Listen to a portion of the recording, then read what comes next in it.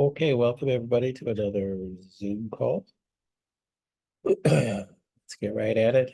Reminder to everybody to check the members page. Our YouTube channel was down and they pulled our channel for a week. Dustin talked to them and got it back up. Actually wasn't an issue with anything that we had on our channel this time, even though they keep deleting videos every week for medical misinformation, but it was actually somebody hacked our channel and put some other financial videos on there, Bitcoins that they didn't like, so they canceled our channel. So our channel is up and running, but please go to our videos at videos.cuttersclinic.com. The link of it is all over our member site and website. So that's where we have all our videos, including the videos that have been deleted by Facebook. So if you have not also set your Instagram settings, you should go in your settings in Instagram because they just updated it again last week. Not telling anybody, and you have to agree to see videos that don't agree with Instagram. So you have to agree to 3 settings now on Instagram where you'll see political videos and religious videos and medical misinformation videos. So you have to go into the settings of Instagram and do that. So if you are an Instagram user and you're wondering why I don't see videos that I used to see, it's because Instagram updated their settings. Updated your settings. So, reminder, you can self-schedule on our website and on the member site too. All right, let's jump into your questions. I think my 6-year-old granddaughter may have H. pylori infection. She has constant tummy aches. Can only eat tiny bits before complaining of being full. Throws up a little bit in her mouth, which she swallows. Happens so frequently she doesn't tell you. But if you ask her, her answer is yes, just matter of fact. Frequent constipation with occasional diarrhea. Her gut seems to be a mess. I've read your blog post on H. pylori and a protocol. You mentioned that dosages would be different for children. What would they be for a normal size 6-year-old? Also, how would you convince her parents that she needs more HCl when the conventional hospital websites say the exact opposite? Well, if you have a young person and they have these type of symptoms and you go and you put them on some sort of PPI or even a Tums or a Rolaids or something like that to help their tummy, they will get some symptomatic relief because it will decrease the acid in the stomach, so they'll get less reflux. And they'll think that they're actually solving their problem, but they're actually making their problem far worse and setting themselves up for major gut issues that could haunt them the rest of their lives.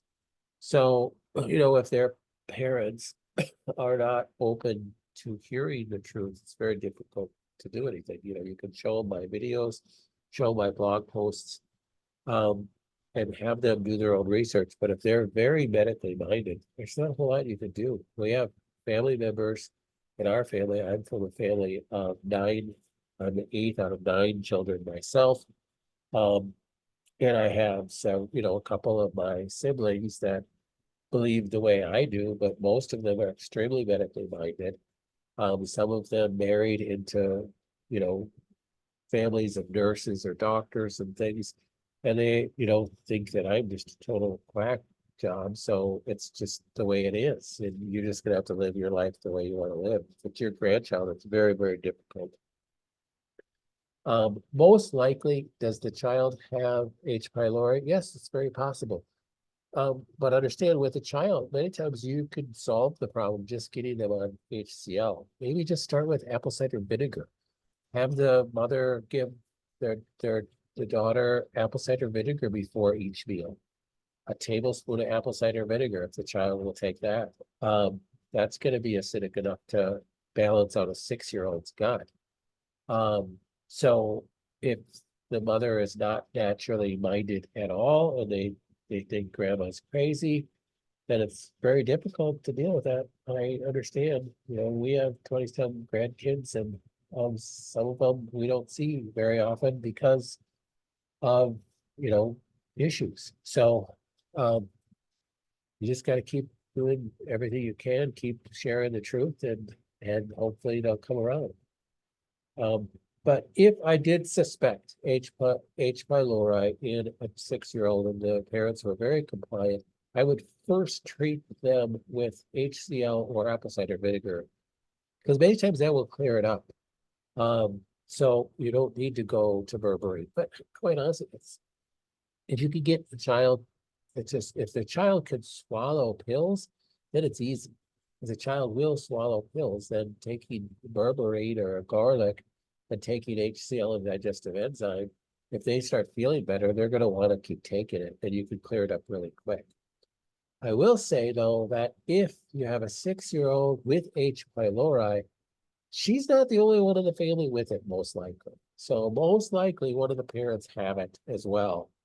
And because H. pylori is a bacterial infection that spreads, very easily through, kissing, and it's just very, typically it runs in families. So I would suspect that there's somebody else in the family that probably has it as well.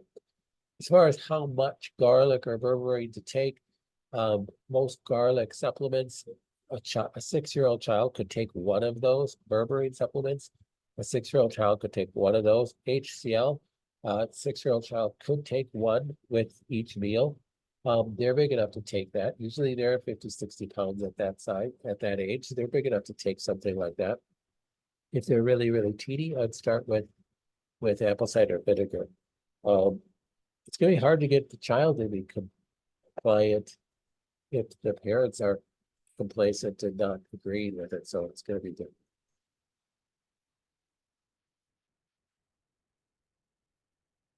My doctor is going to put me on a protocol that includes Rigvir, and I had a couple questions.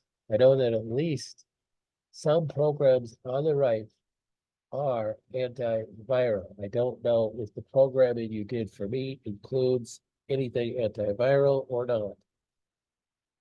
And since Rigvir is a virus-based, I was wondering if the right could potentially adversely impact the Rigvir's effectiveness. I would say yes, it could. But I will say that I've never put viral programs in anybody's overnight, in any cancer patient's overnight. So if a person came to me and they have, Lyme disease and, multiple, infections and things like that, I may put a virus program in there overnight, but I'm never with the cancer patients. So you don't have to worry about that. Is there anything I should otherwise do or not do to optimize the potential benefit? Just running your right frequencies on the cancer program is going to help any other therapy attack the cancer better. So just run the right frequencies. It's going to be your best bet, as much as you could possibly do. So, Christina, good news. The PET scan only shows cancer in those 2 lumps in my left axillary area, nowhere else. Just FYI, that's very good news. I think that they are lumps, not lymph nodes, not sure, but very glad it's only in those small areas. I'm sure they're going to take care of that with radiation or surgery quickly, I hope. And there won't be any spreading. I want to put vitamin E on my surgical scars. As my local practitioner said, it is very healing, even energetically healing, so that the scars do not cause disturbance to the body. Designs for Health brand that I take every day stains a bright yellow, and that's a laundry hassle. Is there any other brand of vitamin E that you'd recommend for this purpose? I know that when you take by mouth, it has to be a certain kind of vitamin E. What should I look for? Well, the vitamin E that's healing to cancer, the vitamin E that's healing to your arteries is the inner. So remember, vitamin E found in nature is a whole food, has four inner parts called uh, tocotrienols and four outer shells called tocopherols. So you want, it's really the inner parts that are beneficial for the vessels and for cancer. The outer parts have benefits for your skin. So the cheap form of vitamin E is like alpha tocopherol. That's what you'd buy at like at Walgreens or something. And um that doesn't work on your vessels. Matter of fact, you wouldn't want to use it on your vessels. So I've had patients that have said, showed me their vitamin E bottle. I've been taking this, and it's literally alpha tocopherol or DL alpha tocopherol or mixed tocopherols. Okay, you can punch a little hole in that capsule and put it on your skin. That's all it's good for. So it's not good for to take it orally. So you could use an inexpensive vitamin D like that, that you'd use topically. I think there's even some vitamin E like SABs out there, but they probably contain a whole bunch of other junk. So yeah, you could just get some inexpensive alpha tocopherol for your skin. That would be just fine. The vitamin E that you're talking about, besides for health, is the ADK. You don't need that, the A and the K for your skin. My usual Banyan Botanicals bulk turmeric is not available at the moment. My Ayurvedic friend recommended it to me because she says you have to be careful about lead in herbal products. Do you know if the Star West Botanicals brand found on Amazon is any good? It says non-irradiated too. If I went with pills instead, what dose would you recommend to replace 2 tablespoons of ground turmeric? The brands I was considering were India Organic, Kirkland Clear, Premium Research, PRL brand has a ground turmeric, but it's very pricey. Yeah, well, any of the herbs that you buy can be contaminated. The benefit of buying from a good supplement company is they test all their core products. Um, and India, Organic India, I think they do a good job testing. Premier Research is very anal in their testing. The Kirkland Clear is a Designs for Health product that they're very anal with their testing too. Excuse me. So going with a good quality supplement company, you're going to get it pre-tested. It's not going to have any garbage in it. You don't have to worry about it, but you pay for it. So it is going to be more expensive. How much, what is the milligram dosage of 2 tablespoons of ground turmeric? I don't know. Um, you might be able to find that information on Google, but I don't know what the answer to that is. Um, I don't know, and I don't know if Star West Botanicals is a good product or not. Look and see if it's organic. I don't know how well they test their stuff. I wish I had a better answer for you. On Saturday, the 16th, I began to have watery, bubbly, tan diarrhea, and extreme fatigue, nausea, lack of appetite, and extreme bloat. The only thing I could choke down is mashed potatoes. So this question that you asked, this person asked last week, but now they says they've been to the doctor twice and got some testing done. The culture showed Morganella. So um, Morganella is a gram-negative bacteria. So which my doctor said has been lying dormant in my system from the PICC line I had for chemo. Oh, he, of course, was going to prescribe antibiotics, but thought it worth a try to heal it naturally first since I've been on so many antibiotics. I'm also very low in potassium from the constant diarrhea. I've been taking many probiotic enzymes, a binder, and charcoal against since Monday night. I felt terrible on Monday, much better yesterday, and low again today. Do you have any suggestions how to tweak things I'm doing as well as other things that might help? And what should I have the right on? Diarrhea? No, I would run bacteria programs. So I would run infection programs, bacteria programs. I'm pretty sure there's not a program for Morganella. I don't think there is. Um, but those are the things I would run. It's a bacteria though, so you have to kill it. The only thing you mentioned that you're taking that would probably help would be charcoal. So charcoal can be effective against bacteria. So, but you might want to bump the dosage up on it a little bit. So you also think what are you going to do to help kill bacteria? Well, berberine is a good thing to help kill bacteria. Garlic is a good thing to help kill bacteria. So those would be the things that could be bacteria killers in the gut. That's what I would consider is berberine, garlic, charcoal.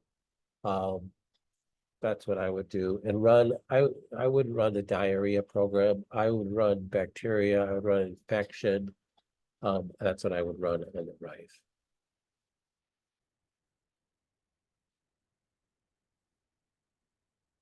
I'm going to get a PET scan to make sure I'm clear now that I'm done with my surgeries. My reconstruction was January 8th. I want to ease my mind so I can move forward confidently. I haven't been scanned with a CT since February 2023 and had an MRI pre-mastectomy on September 2023. Does that seem like a reasonable plan? Yeah, I do. So yeah, I think that's a very reasonable plan. Dr. Jen says to take 100 milligrams melatonin and 2 to 4,000 milligrams liposomal C an hour or two prior to the scan to help protect from radiation. Um, yeah, that's fine. I think that's fine too. I have both your MRI and CT homeopathics. Which one of these do you take for the scan? So not the MRI homeopathic, the CT homeopathic. So with the PET scan, you're not dealing with gadolinium, because that's what the MRI homeopath is gadolinium, is the MRI contrast. A PET scan is going to be radiation. So that's what you want to protect yourself against. Um, is there anything else I need to know in order to avoid these false positives or mitigate the side effects of a scan? Well, I don't think you're going to have side effects of the PET scan. I don't think you need to worry about that. And as far as false positives on a PET scan, I don't think you need to be concerned about that either. Where you see false positives is on an MRI or a CT scan when you already know you have a mass. And the false positive would be the false enlargement or pseudo enlargement of a mass when it's just an inflammatory response killing that cancer mass. So that's not going to be your concern either. So yeah, get that done and let's get the results back and see what that looks like. That will be interesting.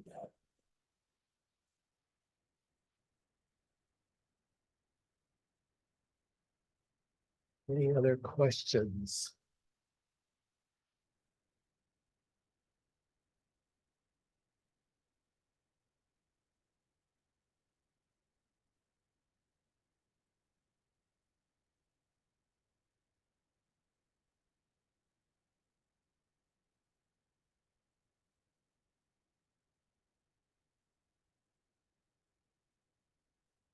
Any thoughts on those two lumps?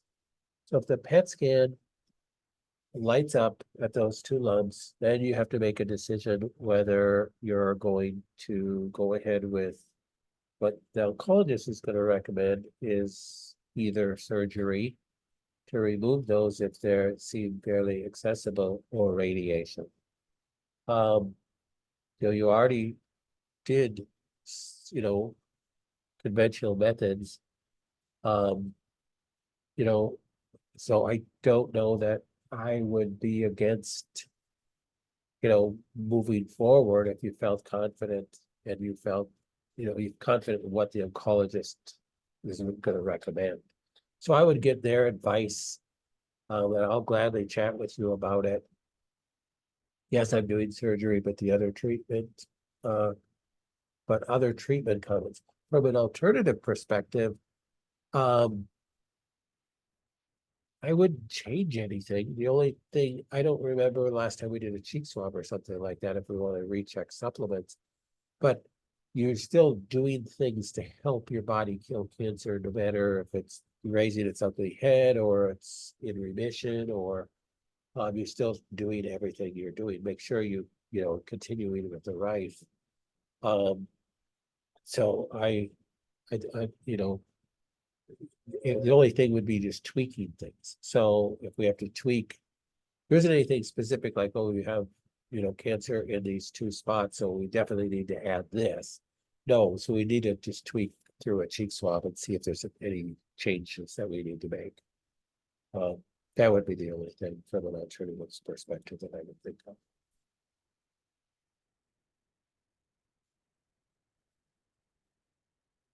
Would any inflammation still present after the surgery show up in a PET scan? Um, the answer to that is yes and no. So if they won't do a PET scan, within at least 30 days after surgery. And some practitioners won't do it for 3 months after surgery. Because when your body is healing from something, yes, you're going to have an increased metabolic activity and you can show up. There can be some increase in PET scan activity. It's going to light up and it's going to be a false positive. They'd take that into consideration because it would be right at the scar or something like that. That just doesn't happen. Usually that calms down within a week or two, honestly. So I highly doubt that that's going to be an issue at this point post-surgery.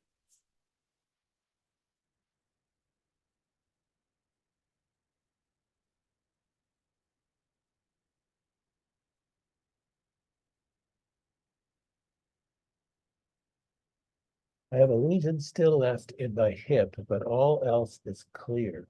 Oh, wow. These both 2 weeks ago, didn't they? They may do low dose radiation as with my blood counts, cannot do any more chemo for now. What do you think about that?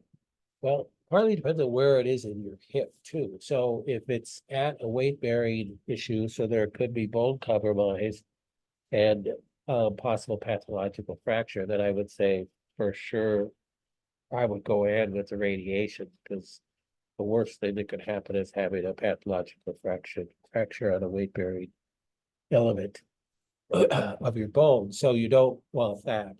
But if it's not in a site that is going to be an issue with that, there's lots of bones that are weight bearing per se.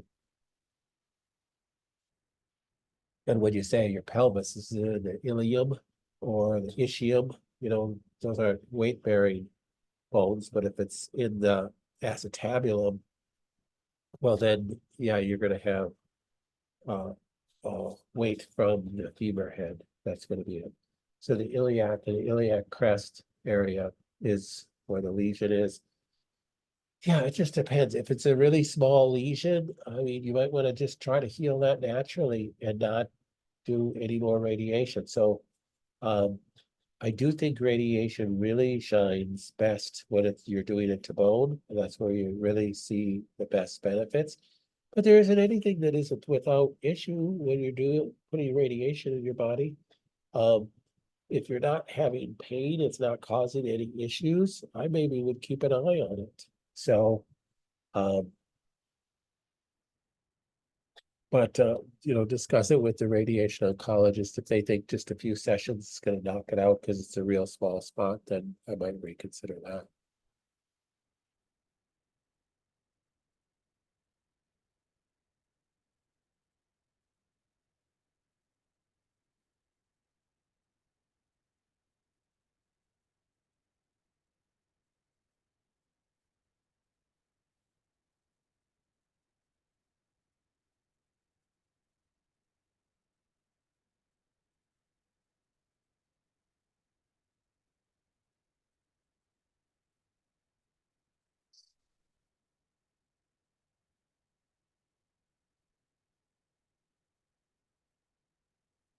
Any other questions?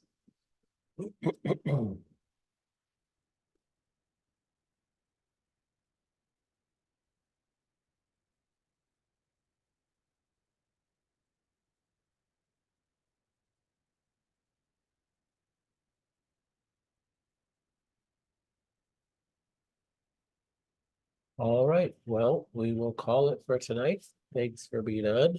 Uh, and we'll see everybody next week. All right, bye-bye.